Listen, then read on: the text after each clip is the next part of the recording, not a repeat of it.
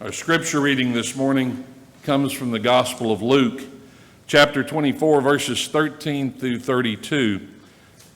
It's a story of Jesus on the road to Emmaus. Now that same day, two of them were going to a village called Emmaus, about 7 miles from Jerusalem.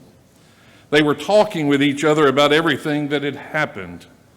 As they talked and discussed these things with each other, Jesus himself came up and walked along with them, but they were kept from recognizing him. He asked them, "What are you discussing together as you walk along?" They stood still, their faces downcast. One of them, named Cleopas, asked him, "Are you the only one visiting Jerusalem who does not know the things that have happened there in these days?" "What things?" he asked. "About Jesus of Nazareth," they replied. "He was a prophet, powerful in word and deed before God and all the people.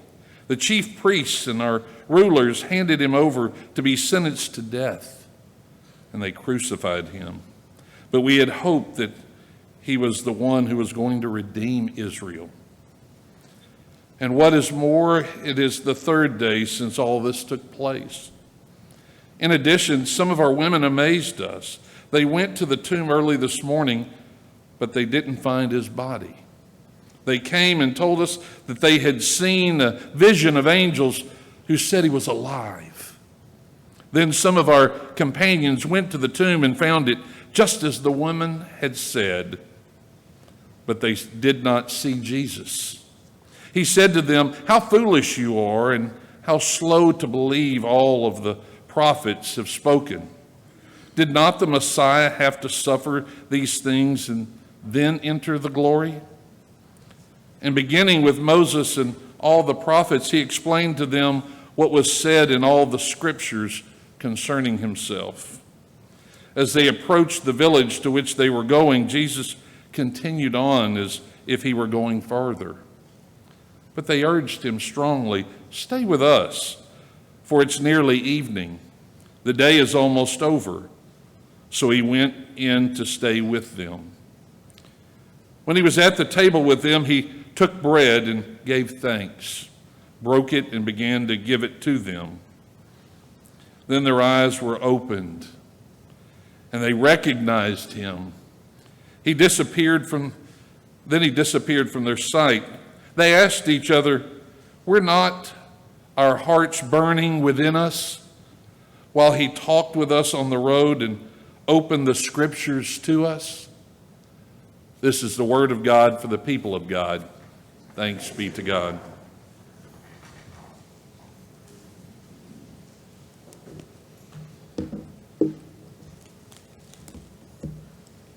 In my opinion, the story we're considering today is a strange story. In fact, I kind of think that all of the stories about Jesus appearing to people after his resurrection, all of them are a bit strange. And the strangest thing about them, to me it seems, is how boring they are, how run-of-the-mill they are. There's almost no fanfare at all surrounding any of these events.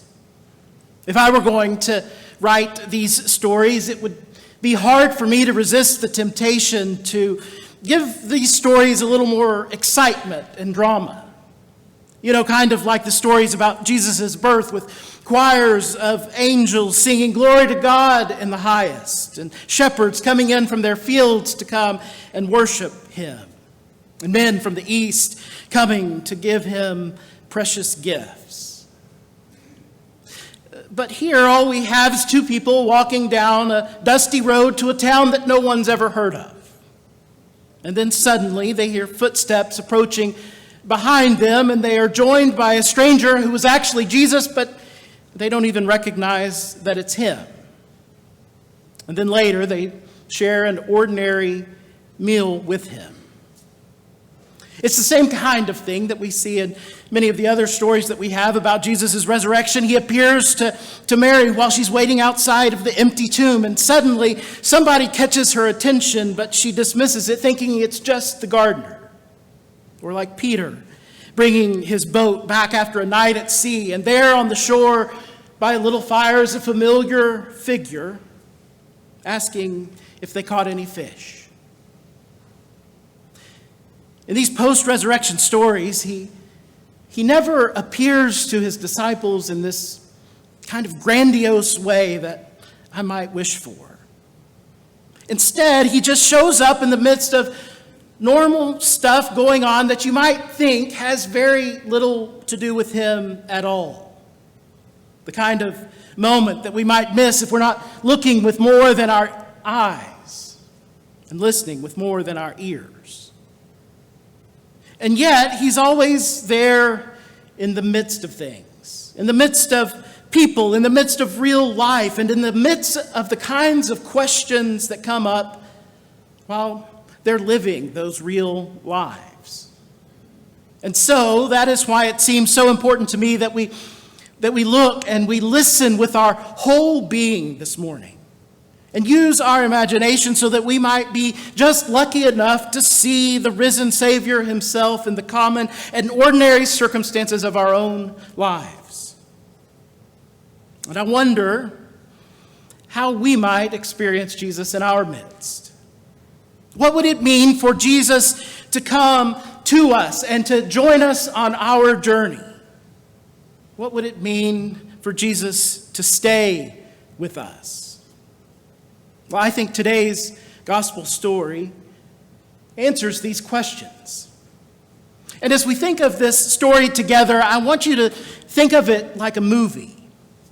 It's easy to do here at the beginning of the story because there is a lot of movement as the two people are walking and talking and discussing all of the things that have happened in Jerusalem. When we meet the disciples on the road to Emmaus, it is the evening of that very first Easter Sunday, and the spectacular glow of the day has begun to fade.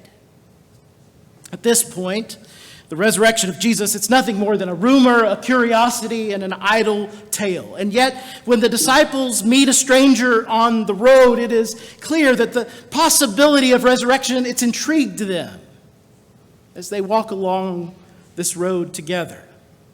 It seems that perhaps they've been talking about it for hours, rehearsing the possibilities, arguing about the theological nuances of the empty tomb. And buried beneath their verbal skirmish, there seems to be a deep yearning and a holy hunger.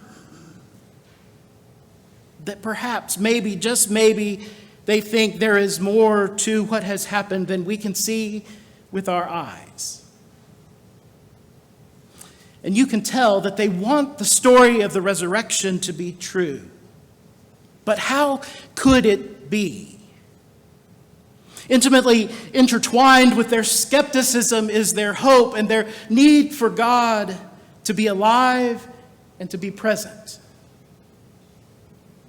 And then Jesus, who is somehow disguised and appears to be a stranger to these two travelers, Cleopas and his unnamed traveling companion.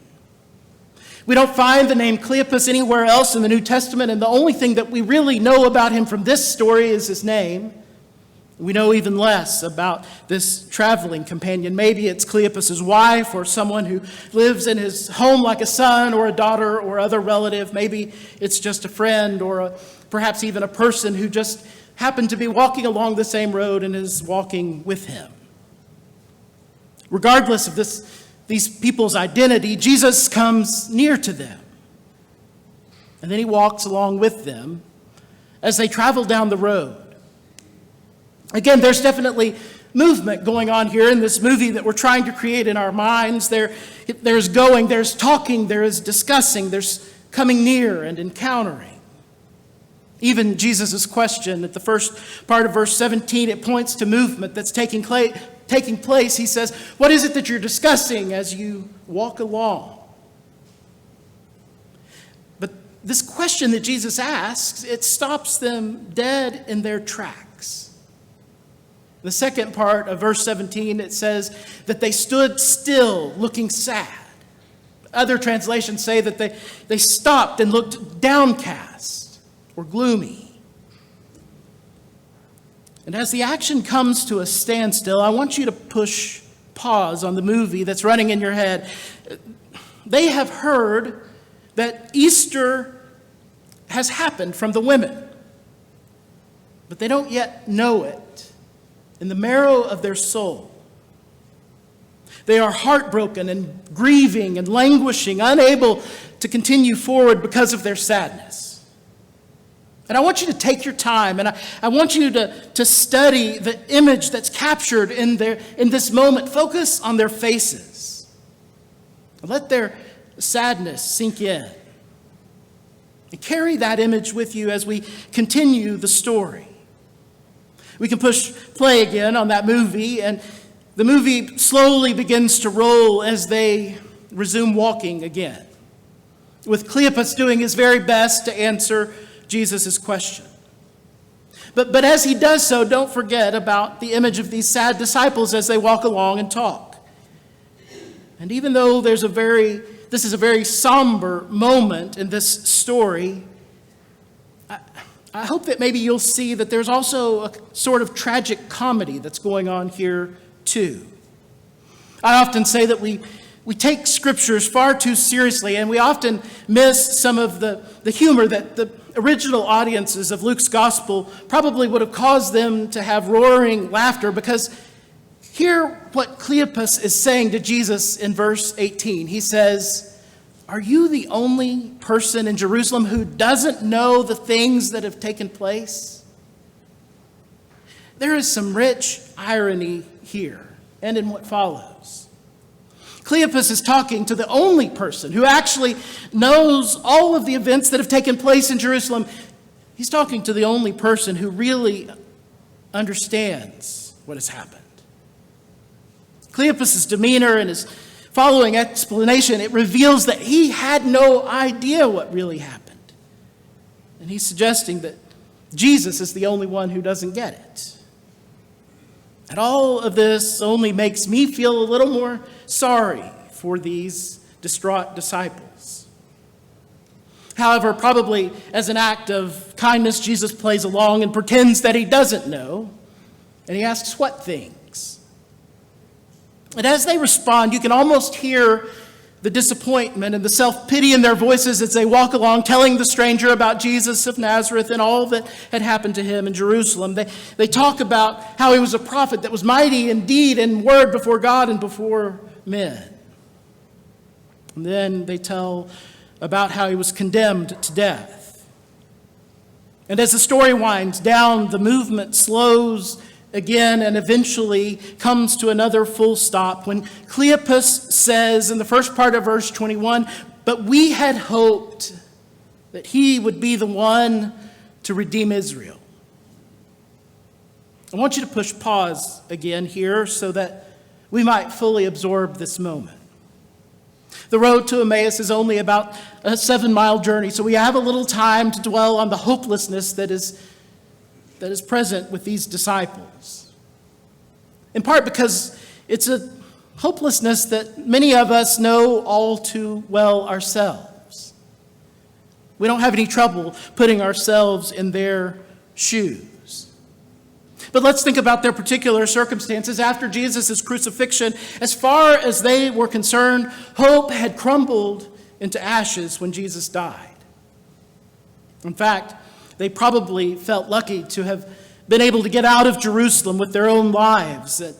And again, I want you to capture the hopelessness in this moment. Capture it in a still image. There is no future. There is nothing behind them and nothing ahead of them. There are no dreams. There are only memories made bitter by loss. You can picture this moment in your mind, can't you? All of it is resting on that phrase, "but we had hoped." And I wonder if you've ever found yourself feeling hopeless. What did your life look like in that moment? What had you hoped for, and when did those hopes die? The image of these moments never really go away. And what should we do when we've reached our wits' end, when we've when what we once thought was worth our lives has left us washed up emotionally and financially or physically or spiritually, what should we do then? Well, let's continue this story as the movie resumes again, and Cleopas continues to tell Jesus the story. It's clear that their hopelessness weighs heavy on them.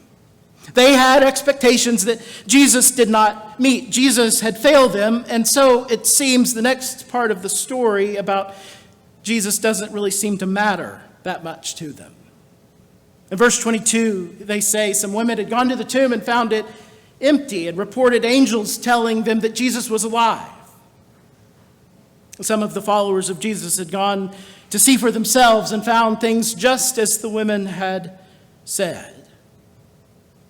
But these two disciples, it didn't really change anything for them. They didn't go to the tomb and see for themselves, which seems like a really silly thing not to do, in my opinion. But their hopelessness really had no room for any good news. Besides this news that they had heard, it was so uncertain and indirect. So Cleopas and his traveling companion, they're headed out of town to Jerusalem, back to their home in Emmaus, back to their lives, back to business as usual. And what I find so fascinating about this part of the passage is verse 24, where it says, some of those who were with us went to the tomb and found it just as the women had said, but they did not see him. The entire summary about all of the things that happened to Jesus ends with this emphatic statement, but they did not see him. I want you to slow the movie down again until you've come to a complete stop and be absolutely still. Could a photograph really ever capture the irony that's taking place here? Two followers of Jesus who are literally looking at Jesus but not really seeing him tells Jesus that some of the disciples went to a tomb and they did not see him. The disciples who went to the tomb didn't see him because it wasn't physically possible to see them. He was not there. He was risen. But these disciples on the road to Emmaus with Jesus this day, they could have seen him, but they are the ones that do not see him. And isn't this how it always seems to work? He comes into our lives, sometimes suddenly out of nowhere, it seems. Like the first clear light of the sun after a thunderstorm, or maybe sometimes like the thunder itself. And usually coming at the most unexpected moments. And maybe we recognize him and maybe we don't, and our lives are never the same again because we didn't recognize him or because we did. And here's one of the things that I want to be sure that we don't miss today. There are definitely times in our lives when it does not feel like God is present. When it seems as though he is nowhere to be found and our prayers don't seem to penetrate the ceiling. However, the problem almost always is not that God is somehow absent. The problem is almost always that we don't see him. Sometimes in those moments when it may feel like God is nowhere to be found, maybe, just maybe, he has been there all along. And maybe, just maybe, in those moments that this is when God is doing his most amazing and most redemptive work in your life. And I think what this begs from us is that we have to have more faith. More faith that the one that we cannot see is still with us. This might be, for some of you, the most healing thing in the world for you to hear today. The discovery that in the midst of your journey through life that God actually is present. Even when you can't see him or feel him. The heartbreak, the pain, and the isolation, and the hopelessness, and the hatred, the hardships, and the difficulties of your circumstances, they're accompanied always by the presence of God. We're almost done, but let me encourage you to allow the movie to resume again.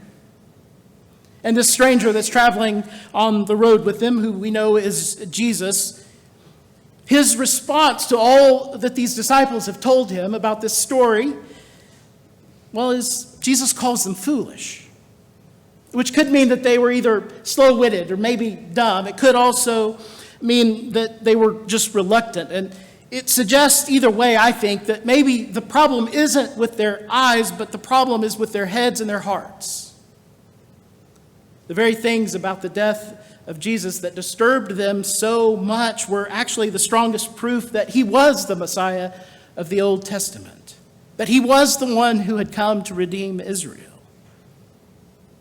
This stranger, the one that they do not see, he began to teach them. They're walking and talking again as Jesus begins with Moses and then the prophets and interprets all of the scriptures for them. And it's difficult to know how long all of this might have taken, but how amazing would it have been to be there on that dusty road to Emmaus that day, walking along and hearing Jesus interpret all of the Old Testament scriptures about himself. If I were directing this part of the movie, I would have the camera move behind the three of them, paying careful attention to how these two followers stay near to Jesus and lean in so that they can hear every word that he's saying. And then when they reach the end of their journey, Jesus begins to move ahead of them as if he's going on further. The text implies perhaps that maybe Jesus feigns his departure. And on the surface, this appears to be a gesture of social deference and polish here. Extending hospitality, especially to strangers, was a central part of Near Eastern customs. There was a clear and absolute expectation that they should definitely invite the stranger to come and stay with them. But it would have been rude for the potential guest to be too presumptuous and assume that they would make that offer. And so Jesus gestures that he's actually going on a bit further and that he doesn't want to impose on the two people that he's been traveling with. Of course, they offer for him to stay with them, but the guest was always obligated to turn down such an invitation until the offer was vigorously repeated and insisted upon by the host. But during this exchange that they have that on the surface may just be some sort of cultural custom, you get the feeling, I think, that something inside of them has overtaken their hopelessness. They are hungry for more of what this stranger has to offer. There's a repetition of the word stay. They urge him strongly, stay with us. So he went and stayed with them. When he was at the table with them, he took bread, blessed it, broke it, and gave it to them. And that is the moment when their eyes were opened and they recognized him, and he vanishes from their sight. And I wonder, how is this scene best captured in a single image that would reflect the slow pace of staying and sitting at the table? And which of these moments is to be remembered most clearly? Maybe it's the moment when the stranger broke and blessed the bread. Would that possibly be the still image we should try and capture? This photograph of wounded hands breaking bread.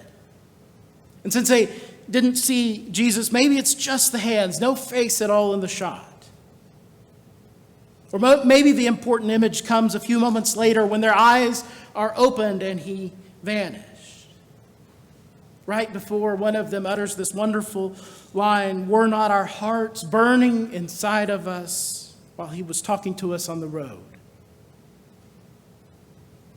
So I want you to consider, what would it look like for Jesus to come to you?